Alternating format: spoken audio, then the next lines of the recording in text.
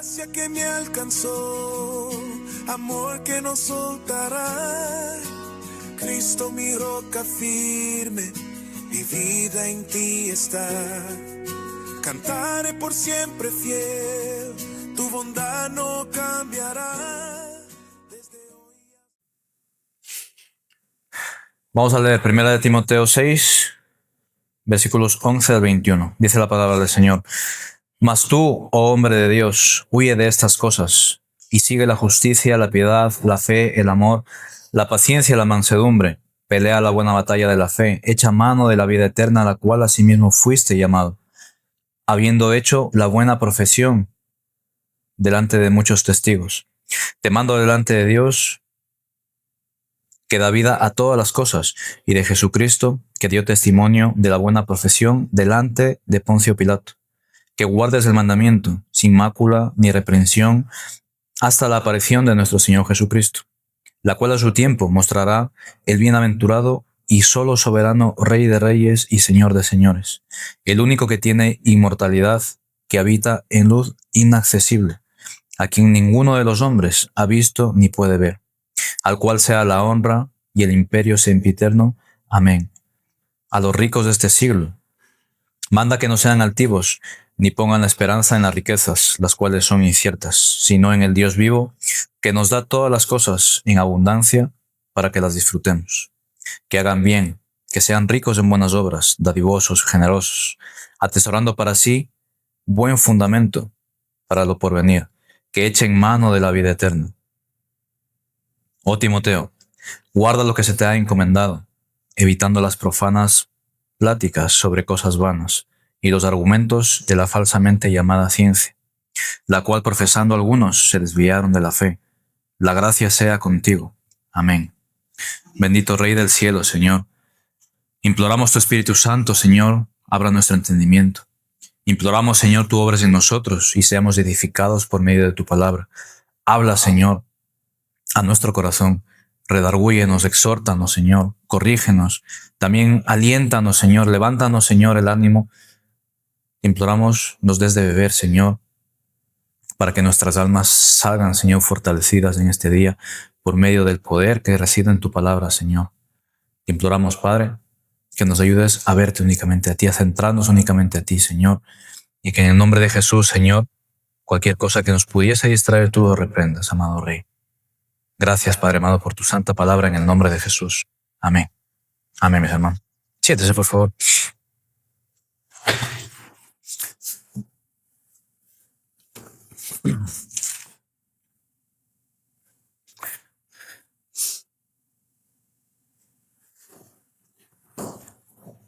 Pues, mis hermanos, tal vez que es muy... Tenía muchos deseos de poder que terminamos esta carta. No por terminar a sí mismo, sino porque es parte de lo que estamos viendo, es parte de ese fundamento que necesitamos para poder ir construyendo sólidamente. No con prisas, no con intenciones de grandeza ninguna, sino para que sea el fundamento que pongamos, sea piedra sobre piedra, pero sean piedras que estén puestas sólidas, que no se muevan, que nada de lo que ocurra pueda destruir o tirar abajo ese muro, sino que sea un muro sólido, un edificio sólido construido sobre lo que el Señor Jesucristo nos está enseñando por medio de esta carta. Y quizás en algún momento, no sé si se han parado a pensar en qué es lo que el mundo ahí fuera, qué es lo que la sociedad nos enseña que es el éxito. El éxito se mide quizás profesionalmente, ¿no? Por alcanzar una estabilidad económica, por alcanzar quizás un empleo, una profesión. El mundo nos enseña, ¿no? Quizás la fama, la abundancia de dinero, la abundancia de cosas materiales. Todo eso sirve para que el mundo califique a alguien de exitoso o de no exitoso. Y muchas veces, en ocasiones, incluso esta figura de esas personas que tenemos como exitosas pueden convertirse en la referencia de los jóvenes, e incluso de no los tan jóvenes. Yo quiero parecerme a ese, porque es exitoso. Seguro que es el más feliz del mundo, seguro que es el que está ahí, al lado del Señor incluso, ¿no? Muchas veces gente dice, ¿no? Ese hombre se ha ganado el cielo. Pero la Escritura nos enseña algo muy diferente. porque detrás de esa figura de éxito se esconde quizás la comodidad o la ambición, lo que vimos la semana pasada, la codicia por las cosas materiales. Una persona exitosa es aquel que ha conseguido lo que estaba codiciando. Pero podemos ver por lo que nos enseña la palabra y por el testimonio de esas personas que quizás pueden sentirse incluso vacías por dentro. Las cosas materiales no suplen lo que solamente el Señor puede suplir. Hay cosas que únicamente es como una pieza de un puzzle. Solamente una pieza específica puede caber en ese hueco. No podemos meter un cuadrado donde cabe solamente un círculo. No podemos meter las cosas materiales donde solamente cabe el Señor. Solamente Él nos puede dar el éxito verdadero. Las cosas materiales no nos pueden dar el éxito que Él nos ha prometido. Y aún incluso dentro del entorno cristiano, hoy en día podemos ver por las redes sociales, ¿no? El éxito. ¿Cómo lo mide el éxito una iglesia? Porque esté abarrotada de gente. Porque sea un lugar inmenso. Con muchas luces, con mucha música, con muchas cosas materiales, al fin y al cabo. Ese es el éxito muchas veces para una iglesia. Quizás tener un predicador famoso que le conozcan en todo el mundo. Grandes eventos, ¿no? Hace poco fue un evento ahí en Madrid que lo estuve viendo. Un evento masivo. Mucha gente se emociona, está ahí supuestamente, pues clama al Señor, derrama su alma al Señor, lo que vimos antes. Pero cuando termina todo eso, ¿en dónde se encuentra? Seco y alejado del Señor. Porque en ese tipo de éxito, las palabras, las emociones son lo que más importa. Pero como bien ya nos han estado enseñando esta carta, esas emociones, esos pensamientos humanos no van acorde a lo que el Señor enseña. Esas cosas se desvanecen con el tiempo. Meditábamos el otro día, no recuerdo con quién, en el libro de Eclesiastés, el rey Salomón, el rey más sabio, más rico de todo. Tenía absolutamente el éxito por excelencia. Pero sin embargo, al final de sus días, cuando escribe Eclesiastés, ¿qué dice? Me he dado cuenta que nada vale. Absolutamente nada de eso vale para nada. Es vano, se desvanece en el aire, se deshace en el aire. Lo único que queda, dice, es el temor del Señor. Eso es lo único que perdura para siempre. Todo lo demás no vale para nada.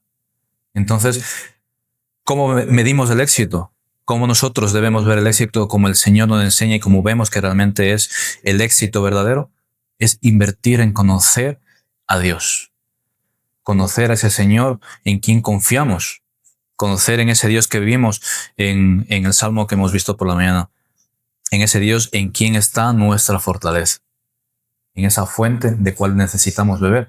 Pero como hemos dicho, necesitamos conocer esa fuente. Necesitamos conocer aquel a quien estamos mirando. Porque si no, vamos a beber de cualquier fuente y vamos a pensar que es la fuente verdadera, la fuente limpia. Entonces, ¿dónde está el éxito? En el que yo, cuando termine mis días en este mundo, diga, conozco al Señor, conozco un poquito del Señor. Empecé a mirar un libro, se llama Conocer a Dios, de Packer, si no me equivoco. Es un libro muy famoso, es muy bueno porque se centra precisamente en eso.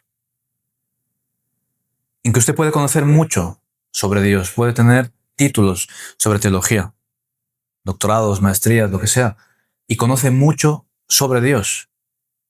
Pero el autor en ese libro lo que nos dice es, lo poco que una persona pueda conocer a Dios vale mucho más que lo que un gran teólogo pueda conocer sobre Dios.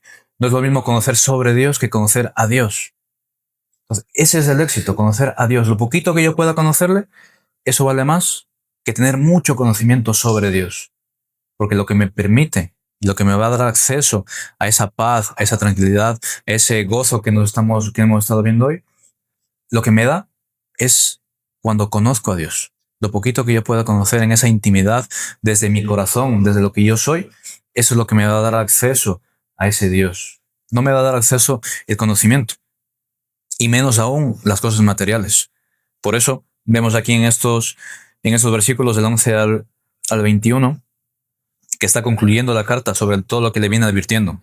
Los falsos maestros, corregir, poner las cosas en orden, apartarse de lo malo y seguir lo bueno. Entonces, concluye aquí con estos versículos. Hemos visto el capítulo 6, del versículo 3 al 10. Denuncia cosas que nosotros no debemos practicar. Y el versículo 4. de capítulo 6. Pleitos, blasfemias, malas sospechas, disputas necias, de hombres corrompidos. Todas esas cosas son las que le está diciendo aquí a Timoteo. Timoteo, tu manera de vivir, tu manera de comportarte, tu manera de pensar debe ser opuesto a todo esto que te he estado enseñando en esta carta. Tú tienes que ir en la dirección contraria. Por eso dijimos, ¿se acuerdan la semana pasada? La luz con las tinieblas no pueden convivir. ¿Qué comunión tiene la justicia con la injusticia? Por eso leímos el versículo pasado, la semana pasada, que era muy duro porque les dice, apártate de ellos. No tienes nada que ver con las tinieblas. No tienes nada que ver con el pecado, no tienes nada que ver con la injusticia. Porque cuando la injusticia camina hacia un sentido, tú tienes que ir hacia el otro sentido. Por lo tanto, no puedes compartir el mismo camino. Entonces, el mandato para Timoteo en estos versículos es que él sea completamente diferente a lo que vimos en los versículos 3 al 10. Fíjese, el versículo 11 dice, mas tú. La palabra esa mas tú también lo pueden traducir, pero tú. Es decir, todos aquellos que estoy denunciando en el capítulo 6, los primeros versículos, que es opuesto a lo que Dios pide de nosotros, le dice el versículo 11, pero tú, Timoteo, tú, oh hombre de Dios, huye de esas cosas. Si ellos van hacia un sentido, tú ve en el sentido opuesto. ¿Y qué es lo que tienes que buscar? Le dice ahí, justicia, piedad, fe, amor, paciencia, mansedumbre, que es completamente opuesto a los hombres que está denunciando en la carta. Fíjese, háganse un momento una idea de qué es lo que estaba ocurriendo ahí. Timoteo estaba en medio de una congregación plagada de falsos maestros, plagada de falsas enseñanzas. Timoteo era un pastor joven de la iglesia de Éfeso. Y todos los demás que estaban ahí enseñando falsas doctrinas eran personas seguramente mucho mayores que él. Entonces, literalmente, Timoteo se encontraba en medio de una manada de lobos que le querían devorar. Por eso necesita Timoteo estas palabras de aliento, decirle, Timoteo, tú debes caminar como Dios pide que camines, porque a quien tú sirves es al Dios que va delante de ti. Tú no sirves a los hombres. No busques agradar a los hombres, busca agradar a Dios. Es lo que nos pide a nosotros. Agrada a Dios, no agrades a los hombres. Busca el éxito en Dios, no busques el éxito en lo que los demás te dicen. Porque si sigues al rebaño más grande, más masivo, seguro que no es el correcto. ¿Por qué? Porque nos lo dice la Escritura. El camino estrecho, el camino angosto, no el camino amplio, por donde va todo el mundo siguiendo uno tras otro. El camino estrecho. Y seguramente aún así te dirán que vas por el camino erróneo. Pero tú, dice aquí, sigue el camino que te lleva ¿a dónde? A la justicia, a la fe, al amor, a la paciencia. En definitiva, ¿hacia dónde tiene que caminar él? A reflejar el carácter de Cristo. Tú, Timoteo, que hablas en su nombre, porque él enseñaba allí, tú que hablas en su nombre, marca una clara diferencia entre lo vil y lo santo, entre lo justo y lo injusto. Marca una clara diferencia. Que tú, cuando llegues a ese lugar, sepan que tú eres verdaderamente, como dice aquí, un hombre de Dios. Que tú marques la diferencia. Es lo que nosotros estamos llamados a marcar la diferencia. Ni más ni menos, mis hermanos, estamos llamados a reflejar el carácter del Señor Jesucristo. Algo que nos es imposible hacerlo, pero tiene que ser nuestro objetivo diario, como ya lo hemos dicho muchas veces. En Juan 8:44, que lo dijimos la semana pasada, vosotros sois de vuestro padre el diablo, y los deseos de vuestro padre queréis hacer. Es por eso que le dice, Timoteo, apártate. ¿Qué comunión tienes tú con ellos? Tu padre no es su mismo padre. Tu padre es el Padre de los cielos. El Rey de los cielos es tu Padre. Un Rey justo, soberano, bueno, santo. Por lo tanto, es a Él al quien tú tienes que parecerte. No parecerte al padre de aquellos que están enseñando falsas doctrinas en la iglesia. Así que aquí nos hace un gran llamado, mis hermanos, es que ser hijo de Dios es un gran privilegio y un gozo, porque sabemos en quién hemos confiado.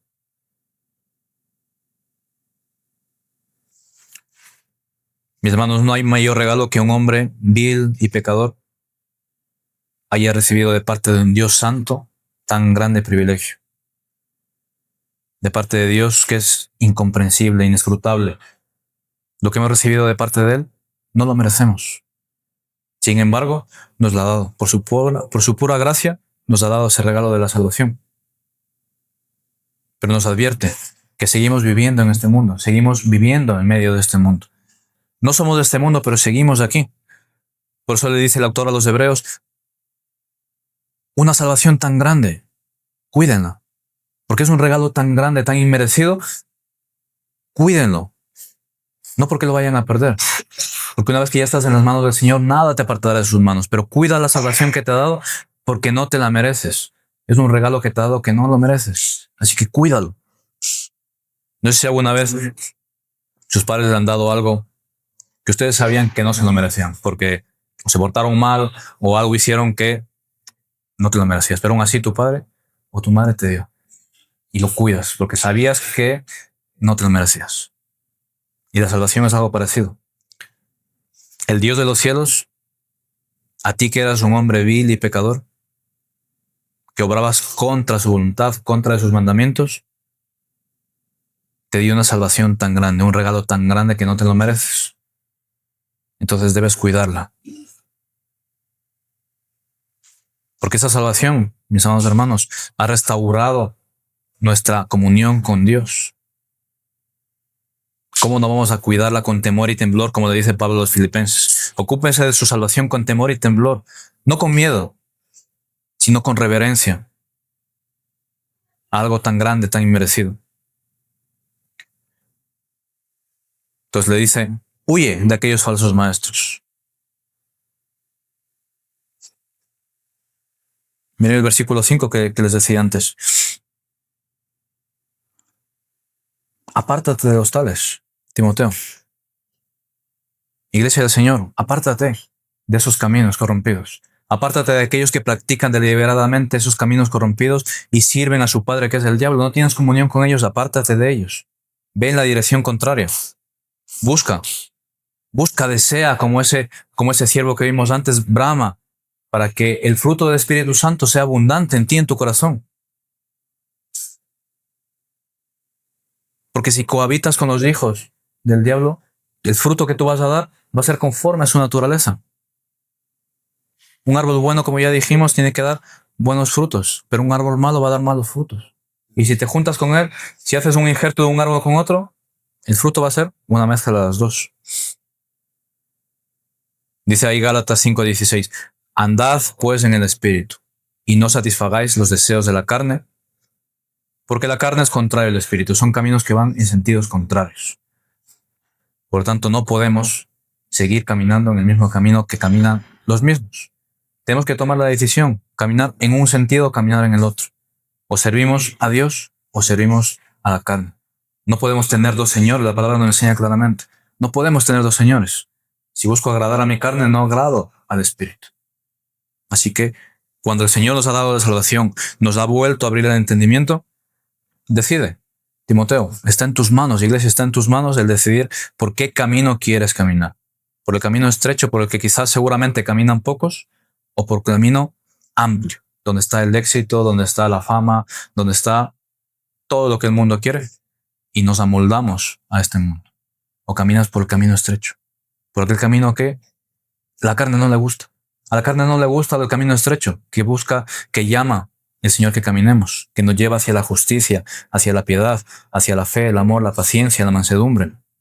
Buscamos todo lo contrario, que satisfaga nuestras necesidades carnales. Y le bautizamos como cristiano. Entonces debemos discernir lo que es santo de lo que no lo es. Debemos examinar las cosas y aquello que no es del Señor, apartarlas de nuestro camino. Fíjese aquí una cosa muy importante, porque a veces estos versículos pueden decir, no, es que quizás ahí cómo es que va a decir apártate de los tales. Entonces, ¿qué hacemos? No les predicamos el Evangelio. Pero no nos está diciendo eso. No nos está diciendo que no les prediquemos el Evangelio, que no llamemos a la gente al arrepentimiento, todo lo contrario. Pero nos está llamando a que seamos prudentes, a que sepamos diferenciar esa línea donde separa esa intimidad fraternal con aquellos que compartimos el mismo Padre.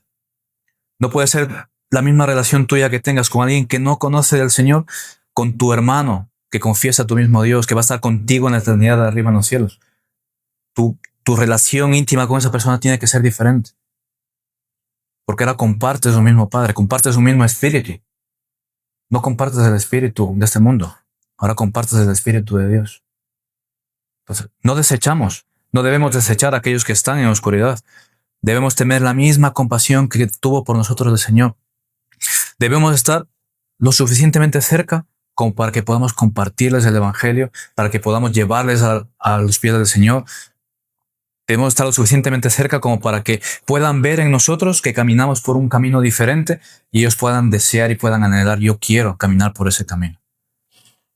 Porque si camino por el mismo camino suyo, así pues, pero si somos iguales, no se diferencia en nada. Yo tengo que caminar por mi camino para que esa persona, cuando yo esté cerca de él, diga, yo quiero caminar por donde tú caminas.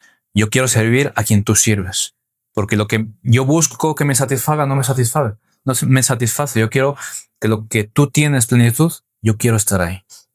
Entonces, lo suficientemente cerca para que lo vean, lo experimenten y lo deseen, pero lo suficientemente a distancia para que no nos contaminemos, como dice la Escritura. Entonces, ahí tiene que haber ese punto que debemos ser prudentes, debemos ser sabios. Porque a veces caemos en pensar más de nosotros mismos y pensar que somos más fuertes de los que somos. Y nos involucramos en cosas pensando que como ya soy cristiano, pues eso no me va a afectar. Y terminamos completamente alejados del Señor, completamente secos, completamente apartados de Él. Entonces veamos por favor Primera de Juan capítulo 4:1 respecto a este asunto. Primera de Juan 4:1.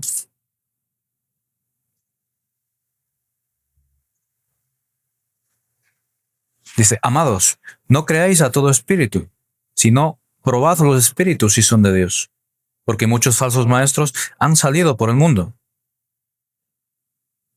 ¿A qué nos está llamando? A que seamos sensatos, seamos prudentes.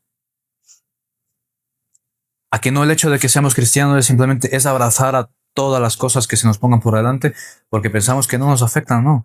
Seamos sensatos, evaluemos. Los cristianos debemos ser como el ejemplo que nos dejó los de Berea. Someter absolutamente todas las cosas a la Escritura. Todo pensamiento, toda enseñanza, todo comportamiento, a sus enseñanzas y a sus maestros, someterlos a la Escritura. Y probar. Mira, aquí usa la palabra probar. Si miran ahí, la palabra dice es probar los espíritus. Esta palabra la usa aquí, proviene de un ambiente metalúrgico. Lo usan para saber la pureza de un metal. Busca, examina la pureza de aquello que estás aprendiendo, que te están enseñando. Busca la pureza quizás de aquella relación, de aquella amistad, de aquel lugar en el cual tanto muchas veces frecuentas. Examínalo a la luz de la Escritura. Mira cuál es la pureza de todo eso. Porque nos manda que no ignoremos las maquinaciones del diablo. Porque a fin de cuentas, detrás de todo aquello que nos busca alejar de Dios, ¿quién es? Los planes del enemigo. Intenta apartarnos de Dios. Intenta hacer lo que vimos antes. Apartarnos de Dios, engañándonos que no pasa nada si pecamos. Pero cuando ya estamos lejos, nos pregunta, ¿dónde está tu Dios? Nos engañan las dos maneras. Nos engaña para que pequemos y nos engaña para que no volvamos al Señor. No pasa nada. Tú pecas y te arrepientes. Y te va a perdonar. Pero cuando has caído, dices, ¿cómo me va a perdonar? Y ahí está nuevamente engañándote. No te va a perdonar. ¿Dónde está tu Dios? Y entonces terminamos alejados. Por eso nos manda que seamos prudentes con esto. Evaluemos por dónde estamos caminando. Y no se trata, mis hermanos, de misticismo. No se trata de ver demonios por todos lados. A veces caemos en eso. Vemos demonios hasta en el café. No se trata de eso. Se trata de ser prudentes y tampoco escépticos. Es decir, el mundo espiritual no existe, ¿no? El mundo espiritual existe, pero tenemos que, pues eso dice que evaluemos, que veamos las cosas. Realmente, ¿qué es lo que está detrás? ¿Qué es lo que está sucediendo por medio de la Escritura? Y así como Timoteo, estamos desafiados a huir de la herejía, a huir de la división, a huir de la codicia, de toda obra que deshonre a nuestro Salvador. Estamos desafiados, ¿por qué? Porque vivimos rodeados de cosas que nos llaman a que nos apartemos de lo que es bueno delante del Señor. Solamente nos basta con salir ahí fuera y tenemos tentaciones por todo lado que nos van a llamar a apartarnos de lo que Dios quiere de nosotros. Por eso es un desafío. Por eso aquí vamos a seguir mirando en Timoteo, que le llama que es una batalla, porque verdaderamente es una batalla espiritual. ¿Y qué es lo que tenía que seguir Timoteo? Dice la justicia y la piedad. La justicia, una relación recta, correcta con los demás, con los de afuera, y la piedad, una relación obediente hacia Dios. En los dos sentidos, hacia los de fuera y hacia arriba hacia Dios. Justicia y piedad. ¿Qué más tiene que seguir Timoteo? La fe y el amor. La confianza en Dios y la buena voluntad hacia los demás. Fe, confiar en el Señor, confiar en lo que me está pidiendo, lo que me está mandando, y amor hacia los perdidos, lo que hemos orado. Amor hacia aquellos que están en oscuridad. Tener una buena intención, una buena voluntad hacia ellos, de que también vengan a los pies de Cristo. Como dije antes, no desecharlos. Y nos manda también a que busquemos la paciencia y la mansedumbre. La paciencia aquí dice una resistencia en la situación en la que estaba Timoteo. Resiste, sé paciente, persiste ahí donde te encuentras, no desistas en lo que estás haciendo. Y mansedumbre, ese trato gentil y amable hacia los demás. O sea que imagínense nuevamente a Timoteo en medio de esas personas que estaban oponiéndose a él seguramente. Dice Timoteo, sé gentil con esas personas. Aún aquellos que te están abofeteando, aún aquellos que están obrando en tu contra, que quizás están hablando contra tuya, que quizás en la iglesia te abrazan, pero luego por la espalda en el pueblo, ahí en Éfeso, te están poniendo de todas las maneras posibles. Aún a ellos, sé gentil con ellos. Porque por medio de tu testimonio quizás esa persona se convierte. Por eso le manda que predique la palabra, a tiempo, fuera de tiempo, redarguye, reprende, exhorta, con toda paciencia y doctrina. Entonces Timoteo tenía un llamado. Persiste, ahí donde estás. Una situación complicada, persiste, no desistas, sé paciente. Pero haz lo que se te ha mandado. Redarguye, reprende, exhorta. Y no dice con consejos tuyos, dice con doctrina, con la enseñanza que está en la Escritura. Es la que tiene el poder. La palabra del Señor es la que tiene el poder para transformar las vidas, para transformar los pensamientos, para transformar absolutamente todo. Es la palabra la que tiene el poder. Miremos. Quizás aquí en algún momento debemos analizarnos a nosotros mismos. Si nos hemos encontrado quizás en algún momento en esa situación en la cual decimos, bueno, yo soy cristiano. Y nos dice que seamos con esas personas que están en la oscuridad, gentiles, amables. Pero a veces podemos caer en ese estado en el cual decimos, bueno, yo soy creyente. Yo ya no pertenezco a este mundo, no pertenezco a este mundo verdaderamente. Pero empezamos a mirar quizás por encima del hombro a aquellos que están perdidos. Y decimos, bueno, ¿cómo le voy a predicar el evangelio a este? Este no se merece ser cristiano, ¿no? Y empezamos a caer en ese orgullo, que verdaderamente era lo que les pasaba a los falsos maestros. Lo que yo enseño es lo correcto. Lo demás no vale absolutamente de nada. Los demás son los que están mal. Los demás son los que tienen que amoldarse lo que nosotros enseñamos. Por eso le dice a Timoteo, persiste ahí con la palabra, sé fiel a la palabra. No desistas. No dejes de enseñar. Aún con aquellos que están en esa situación, sé amable con ellos. Entonces, examinémonos a nosotros mismos. Si en algún momento hemos caído en ese estado de orgullo. Ese orgullo cristiano, como lo llaman algunos. Pero es orgullo a fin de cuentas. Y el Señor dice que no le gusta el orgullo, detesta el orgullo. Así que debemos nosotros venir delante del Señor y preguntarnos si debemos nosotros reflejar el carácter de Cristo, reflejar cómo Cristo vivió. Creo que ningún pasaje enseña que Cristo era orgulloso.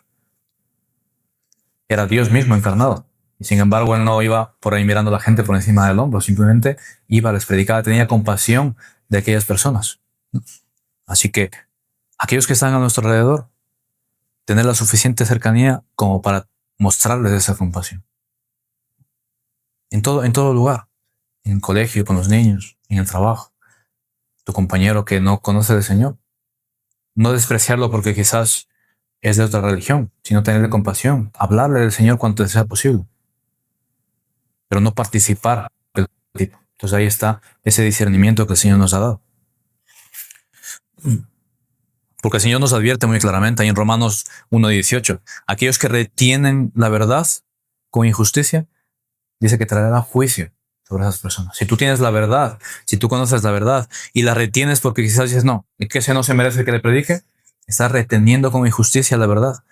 No tienes que hacer eso porque el Señor dice que traerá su ira contra ti, porque a ti te ha llamado a predicar el evangelio a toda criatura.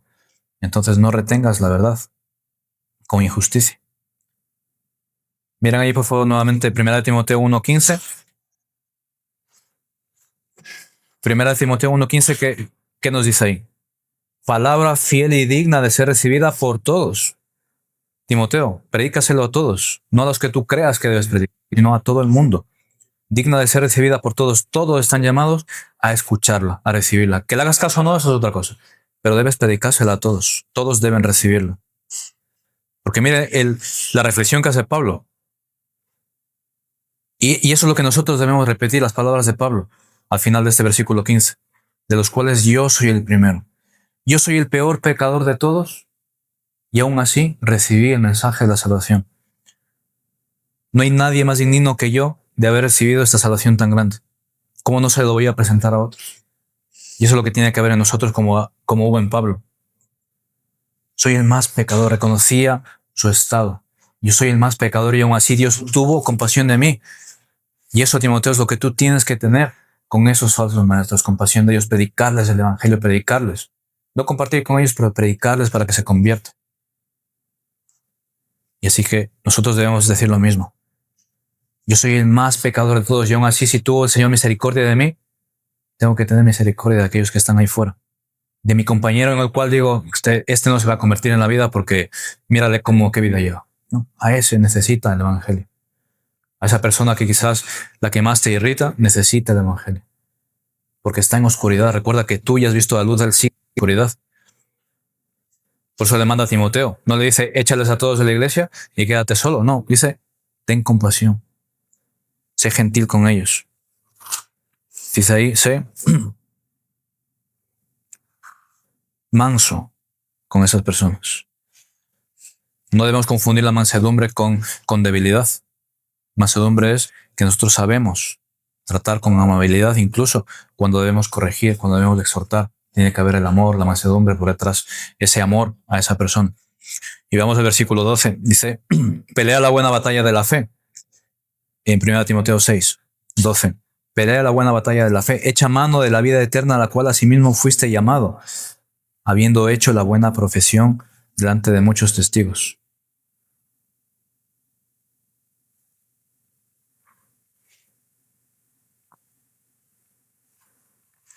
¿Por qué estamos llamados a perseverar como si fuese una lucha?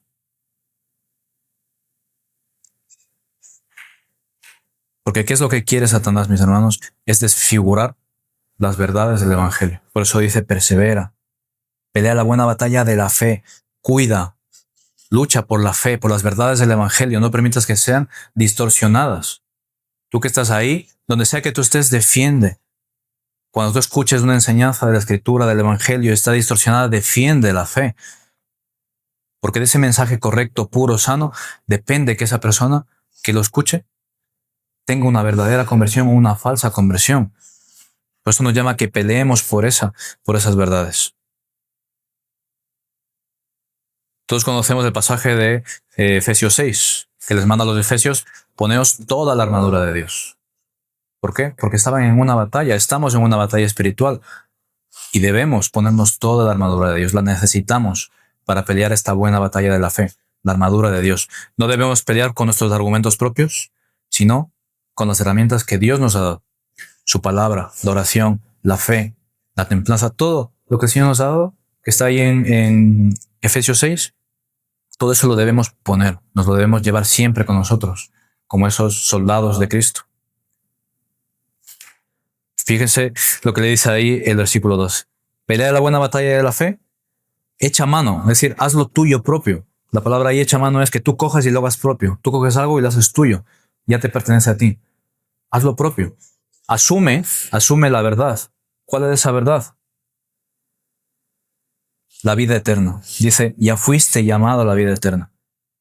Es importante que entendamos esto, mis hermanos, ya has sido llamado. Ya fuiste llamado. Alguien fuera de ti con la autoridad suficiente te convocó, te llamó a que participaras de algo.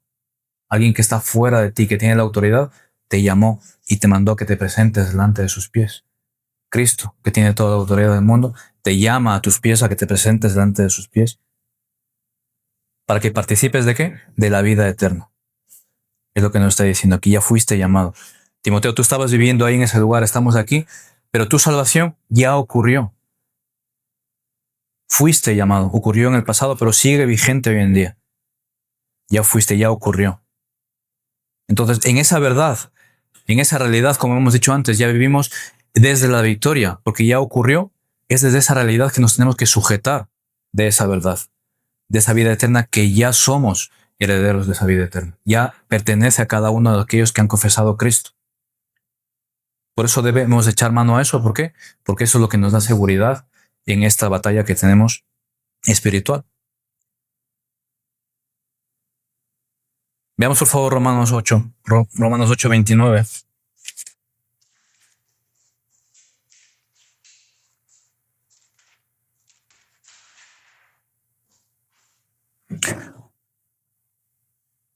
Romanos 8, 29 y 30.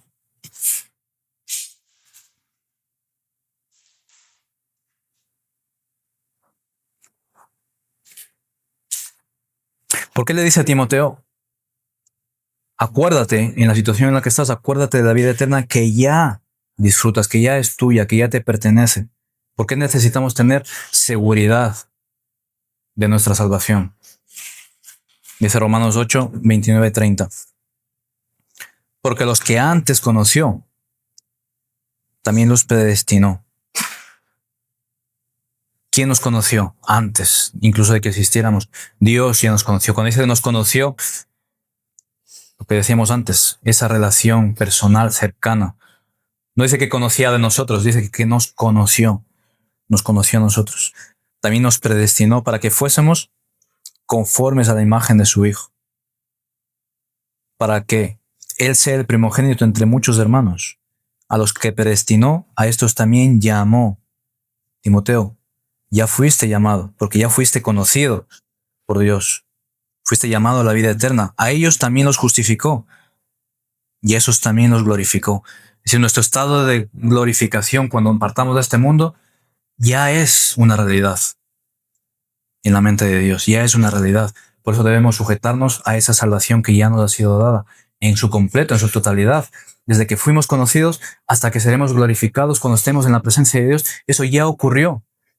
En la mente de Dios ya ocurrió en la cruz del Calvario con Cristo. Por eso es tan importante que tengamos claro que nosotros ya estamos en las manos del Señor. Por eso nos tiene que dar a nosotros seguridad para pelear con toda valentía las batallas de la fe. Porque ya hemos ganado. Cristo ya ganó por nosotros. Cuán importante es que nosotros entendamos lo que dice Apocalipsis 7:10. La salvación pertenece a Dios de principio a fin. Si estuviese en nuestras manos, mis hermanos, el más mínimo punto de nuestra salvación, en el momento que estamos un poco débiles, o estamos tristes, o estamos afligidos, se acabó, la perderíamos. Por eso pertenece completamente a Dios. Porque aún en la aflicción, quien nos sostiene es Él. Aún en medio de esa batalla dura, como Timoteo estaba atravesando, que seguramente estaba deprimido, es Dios quien estaba sujetando ahí. Por eso le dice, permanece, sé paciente. Acuérdate de la salvación. Sujétate a esa salvación, que es tu ancla, es la ancla de tu fe. Cristo es el ancla de tu fe, que Él hizo posible tu salvación. Por eso le recuerda la salvación en este pasaje.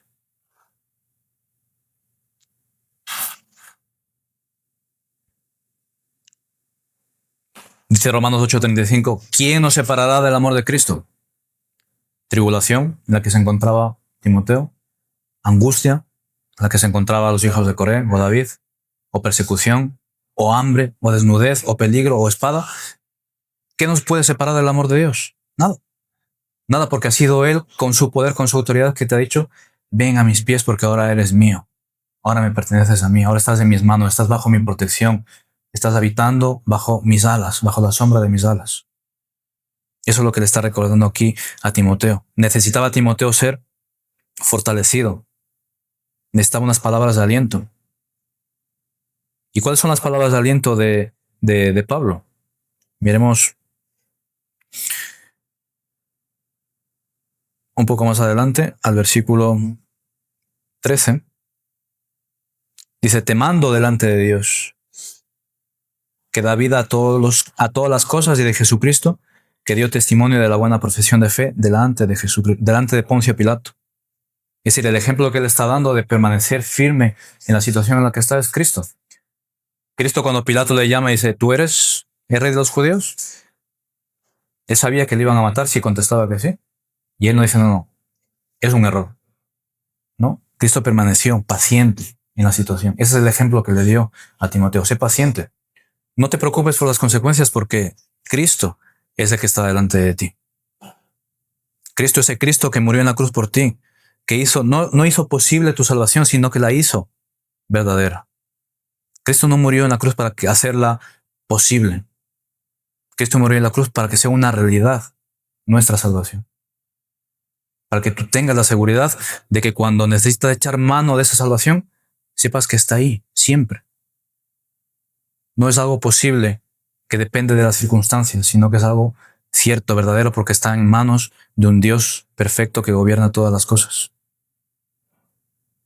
Por eso le dice, echa mano de eso. Eso que es cierto, que no varía en función de nada, a eso tienes que sujetarte, a tu salvación que está en Cristo.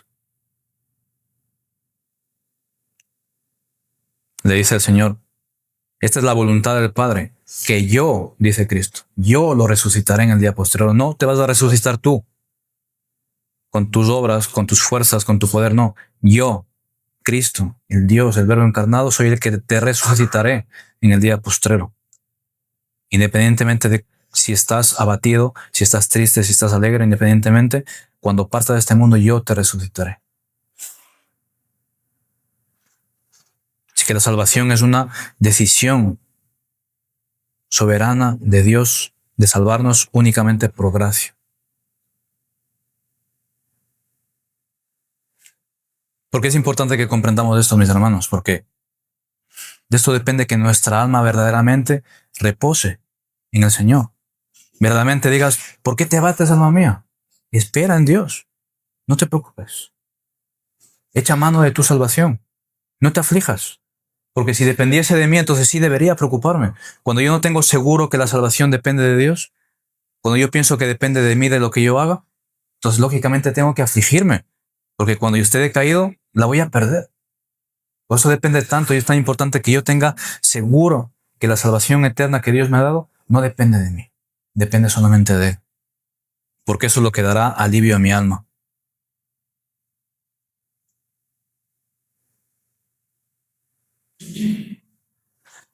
Dice el versículo 13, te mando delante de Dios. Es decir, delante del Señor Jesucristo. Le está poniendo como testigo lo que le está mandando. Timoteo, tienes que animarte en el nombre del Señor que tiene toda la autoridad sobre ti.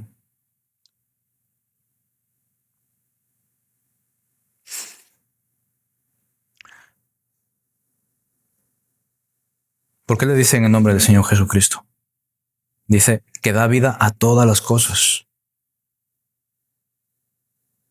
Recuerda que la palabra nos dice que todas las cosas fueron hechas por medio de Él y para Él.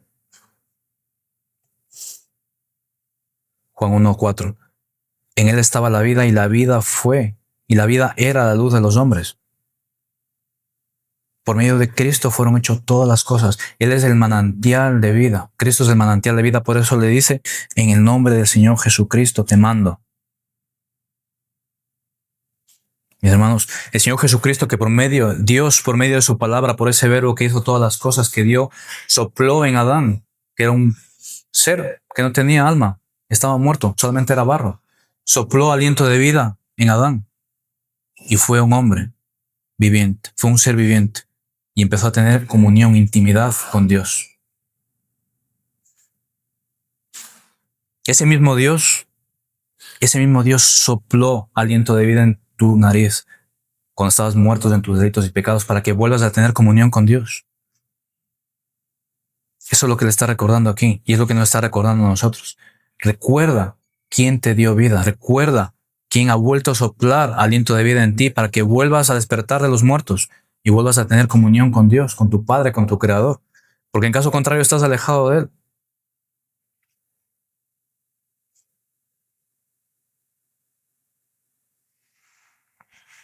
Así que recordad estas verdades le iban a ayudar a Timoteo a renovar sus fuerzas, a decir, es verdad, aquello que estoy viviendo no tienen que afligir mi alma. Aquello que me está ocurriendo no tiene que afligir mi alma. Yo sé de mí.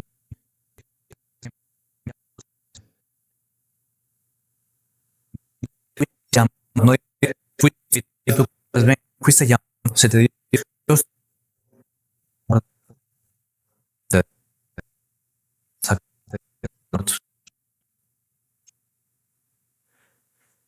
Otro ejemplo de alguien que necesita renovar las cosas, ¿quién fue?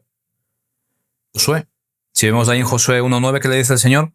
Josué 1.9, te mando que te esfuerces y seas valiente. No le dice Josué, si tú quieres, esfuérzate. No, te mando porque yo tengo la autoridad para fortalecer, para darte aliento, para levantar tus ánimos, para levantar tus fuerzas. Josué, esfuérzate porque yo soy el que te esfuerzo. ¿No? Dice el Señor, yo soy el que te esfuerzo. Por lo tanto, sé valiente. Esfuérzate.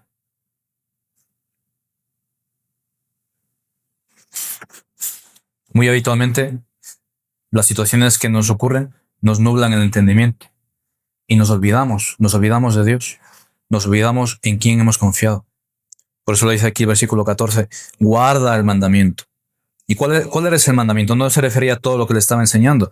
¿Cuál era ese mandamiento? Perseverar en la fe.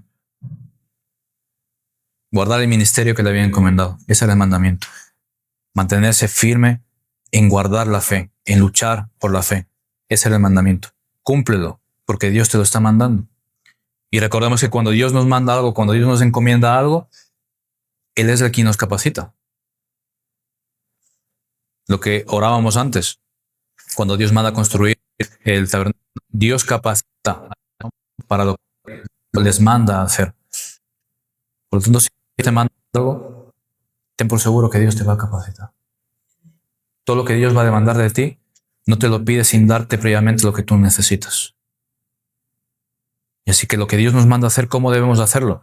Ya sabemos, hacerlo todo como para el Señor, pero ¿cómo es eso? Todo para el Señor, que lo dice ahí este versículo en el que estamos. Versículo 14. Sin mácula ni reprensión, es decir, sin ninguna mancha moral. Todo lo que hagas, hazlo moralmente recto, moralmente correcto. Primeramente de Dios y también delante de los hombres. Sin reprensión. Recuerden que era uno de los requisitos de los obispos, de los pastores. Irreprensible. Que no te reprenda por nada de lo que hagas. Todo lo que hagas, algo perfectamente para Dios. Todo, independientemente de que te miren o no, porque Dios sí lo mira. Para que nadie pueda decirte, lo has hecho así o tienes alguna mancha moral. No. Seas irreprensible. ¿Y hasta cuándo tengo yo que ser fiel en este asunto? Pues hasta que Dios venga. Hasta que Dios venga tengo que ser fiel en todo esto. ¿Por qué? Porque cuando Dios venga es cuando se acabará. Ya no habrá más llanto, no más tristeza ni dolor. Cuando Dios venga. Mientras estemos aquí, debemos permanecer en esta batalla por la fe.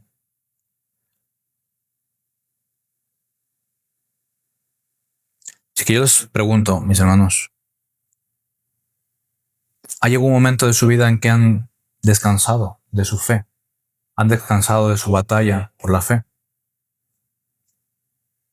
Hay momentos en los que uno puede sentirse tan cansado, abrumado, decir, esta vida cristiana es muy dura.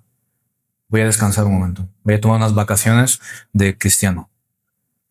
Y aparcamos la Biblia, apartamos mis devocionales, aparcamos mis oraciones y me tomo un descanso de ser cristiano. ¿Por qué? Nos dice hasta que el Señor venga. ¿Por qué cesas de pelear las batallas de la fe? ¿Por qué cesas? ¿Por qué cesamos? Porque no tenemos claro aquello en lo que estamos confiando. No tenemos claro lo que hemos dicho antes. La vida eterna a la que hemos sido llamados. No la tenemos claro. No confiamos verdaderamente en esa vida eterna. No confiamos en que Cristo ya ganó por nosotros. Y paramos, cesamos, nos tomamos unas vacaciones porque hemos hecho las cosas con nuestras fuerzas. Estamos fatigados. Por eso nos dice el Señor, venid a mí los que estéis fatigados, cansados, yo os haré descansar, porque todo lo que hagamos tenemos que hacerlo con sus fuerzas, no con las nuestras. Por eso nos fatigamos. Si en algún momento te has fatigado de tu vida cristiana, quizás necesitas recordar Necesitas volver a examinar en qué estás confiando. Necesitas tener claro que la salvación que Dios te ha dado es segura, que depende de Él, no depende de ti.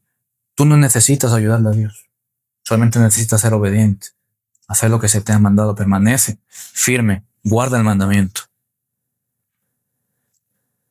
Es para nosotros un deleite ser cristianos, porque todo esto que estamos viendo depende de lo que nosotros pensemos sobre nuestra salvación, depende de que yo me canse de mi vida cristiana, el que sea un deleite para mí ser un cristiano, depende en gran manera de lo que yo creo o pienso sobre mi salvación, de lo que yo creo y pienso de lo que Dios ha hecho por mí. Depende en gran manera de que sea un gozo para mí ser un cristiano o sea una carga.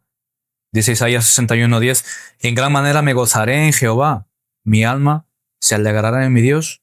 ¿Por qué? Porque me vistió con vestiduras de salvación. Cuando yo tengo claro que es Dios quien me ha salvado, quien me ha vestido con esa vestidura de salvación, mi alma se va a deleitar, se va a gozar en el Señor. Pero en el caso contrario voy a estar completamente afligido, yendo de un lado para otro emocionalmente, depende del día, voy a sentirme cristiano o no me voy a sentir cristiano. Va a depender de las emociones. Así que mis hermanos, y en las adversidades, ¿cómo respondemos en las adversidades? ¿Seguimos echando mano de esa vida eterna? ¿O somos como Pedro? ¿Qué le pasó a Pedro cuando estaba afligido, cuando capturan al Señor Jesucristo? ¿Qué le pasó a Pedro? Estaba tan afligido por las circunstancias que le dijeron, tú eres un seguidor de ellos, de Cristo.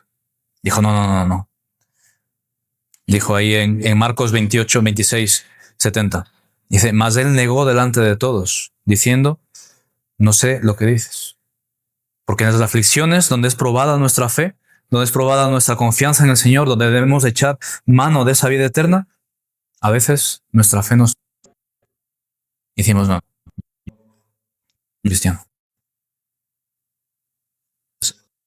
Santa que, claro, de dónde viene mi salvación, tener claro de quién depende mi salvación, va a influir en cómo yo reacciono a las situaciones.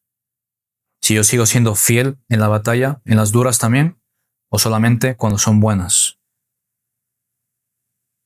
Porque en las alegrías todo el mundo puede decir yo soy cristiano. Incluso todo el mundo te dice yo soy amigo. Pero es en las situaciones complicadas cuando vas a ver realmente. Por eso dice el Señor que necesita meternos. Sus olas tienen que pasar por encima de nosotros para llevarnos a esas situaciones, para que nuestra fe sea probada. Y realmente veamos, nos evaluemos dónde está mi confianza, cómo está mi confianza en el Señor. ¿Realmente confío en lo que Él me ha enseñado?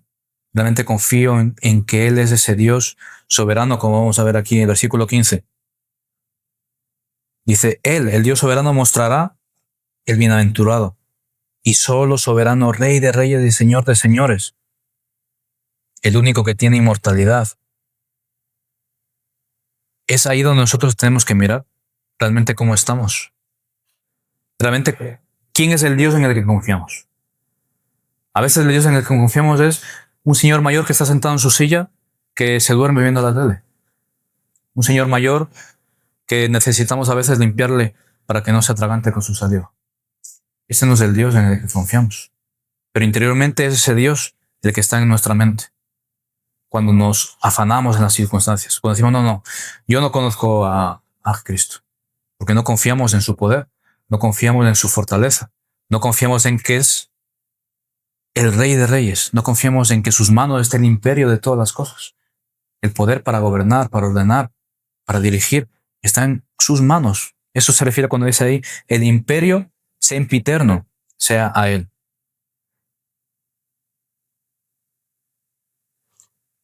Los seguidores del Señor Jesús, sus discípulos, cuando estaban en la barca con Él, fíjense que estaban con Él ahí, con Cristo, que lo veían, lo escuchaban, le enseñaban, veían cosas maravillosas de parte de Él. ¿Qué les pasó a ellos cuando estaban en la barca con el Señor Jesús? Señor, despierta, ¿no ves que perecemos? ¿Por qué se preocuparon tanto? El Señor estaba dormido en medio de la tormenta. Pero vinieron ellos, Señor, ¿no te das cuenta que perecemos? Dios, ¿no te das cuenta que me está ocurriendo esto? ¿Te has dormido? ¿Dónde está tu Dios? ¿Me ha abandonado Dios? Su alma estaba afligida. ¿Por qué? Porque no tenían claro realmente. Por eso el Señor muchas veces les dice, ¿por qué sois tan incrédulos, os falta fe. ¿Dónde está vuestra fe? Debemos tener claro que Dios es quien reina, Dios es quien señorea sobre todas las cosas. ¿Debemos nosotros contestar como ellos? No tienes cuidado que perecemos. A veces le contestamos así a Dios. Intentamos ayudar a Dios. Dios, ¿no ves que me está pasando esto? ¿Por qué no reaccionas? Es lo que le está diciendo aquí Timoteo. Timoteo, tranquilo. No te afanes por las circunstancias. Tranquilo. No clames a Dios pensando que Él se ha dormido. Él no se ha dormido. No hay nada que se escape de sus manos. Reflexiona por un momento la última circunstancia en la cual algo se salió de tu control. Ese momento en el cual dices, esto no sé cómo manejarlo. Se ha ido de mis manos. No sé cómo reaccionar. Estás tan nublado que no sabes. Te bloqueas, no sabes. ¿Cómo reaccionaste en ese momento? ¿Realmente pensaste en Dios primeramente? ¿O corriste a Dios, en el mejor de los casos, a decirle a Dios, despierta, que me estoy hundiendo? Despierta, que morimos. ¿Y cómo debemos reaccionar? Como David en el Salmo 23. Jehová es mi pastor, nada me faltará.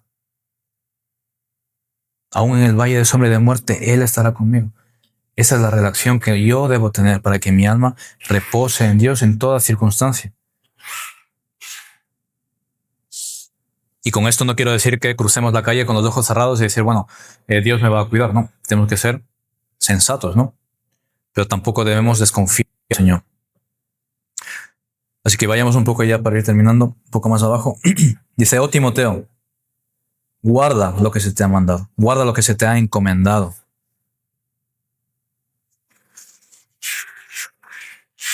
Dice, después de que yo te he explicado quién es el Dios en que confías, después de que yo te he vuelto a recordar quién es Jesucristo, de quién depende tu salvación, tu ministerio, lo que sea que tú estás haciendo, no depende de ti, depende de Dios. Dice Timoteo, guarda estas encomiendas. Evita las palabras profanas, los argumentos de la falsamente llamada ciencia. Aquello que aquellos falsos maestros estaban diciendo que era lo verdadero, guárdate de eso. Le dice aquí, oh Timoteo. ¿Qué significa Timoteo? El que honra a Dios. Le está diciendo, Timoteo, haz honor a lo que significa tu nombre. Honra a Dios confiando en Él. ¿Qué nos está llamando, mis hermanos, a nosotros? Oh, iglesia del Señor Jesucristo. Te ha encomendado. Sé firme y valor. No te eches la verdad. Sé saber evaluar la verdad. Eso es lo que nosotros estamos llamados a hacer, mis hermanos. No desviar tu mirada del Señor Jesucristo, no desviar tu mirada de la verdad que es Él, la verdad personificada. ¿Qué tenemos que ser nosotros? Ese lugar, esa congregación de los santos, de nosotros, cada uno de nosotros clamemos. Maranata, ven Señor Jesús. Ven Señor Jesús, porque somos una iglesia conforme a tu corazón, una iglesia conforme a tus enseñanzas, una iglesia conforme a lo que tú quieres de nosotros, y por lo tanto estamos deseosos de que vengas y veas que nos hemos mantenido fieles a lo que tú has enseñado, a lo que tú has pedido. No hemos dudado de que tú eres quien nos sostiene, de que tú eres quien va delante de nosotros. En sus hogares, mis hermanos, sean fieles al Señor. Hagan honor al Señor. Reflejen a Cristo en su relación con la iglesia. Seamos fieles con aquello que nos ha encomendado. Con nuestro esposo, con nuestra esposa, con nuestros hijos, con la economía, con todo. Seamos fieles al Señor para que cuando Él venga, diga, bien, buen siervo y fiel, entra en el gozo de tu Señor. Eso es lo que nosotros queremos y es lo que en esta carta nos está enseñando. Nos está mandando que todo aquello que es bueno, que es agradable, que es justo, que es perfecto, eso es lo que debemos buscar y es lo que debemos practicar. Y no solamente los domingos, en nuestro día a día. Porque el día del Señor no lo sabemos, le pertenece solamente a Dios saber cuándo. Pero que cuando Él venga, nos encuentre haciendo la voluntad del Señor, no nuestra voluntad. Así que esa es la iglesia, mis hermanos, cada uno de nosotros, desde los niños pequeños, hagan la voluntad de Dios, obedezcan a sus padres, honren a sus padres en todo lo que les manda. Esa es la voluntad de Dios, que cada uno de nosotros hagamos lo que nos ha mandado. Gracia que me alcanzó, amor que no soltará. Cristo mi roca firme, mi vida en ti está. Cantaré por siempre fiel, tu bondad no cambiará. Desde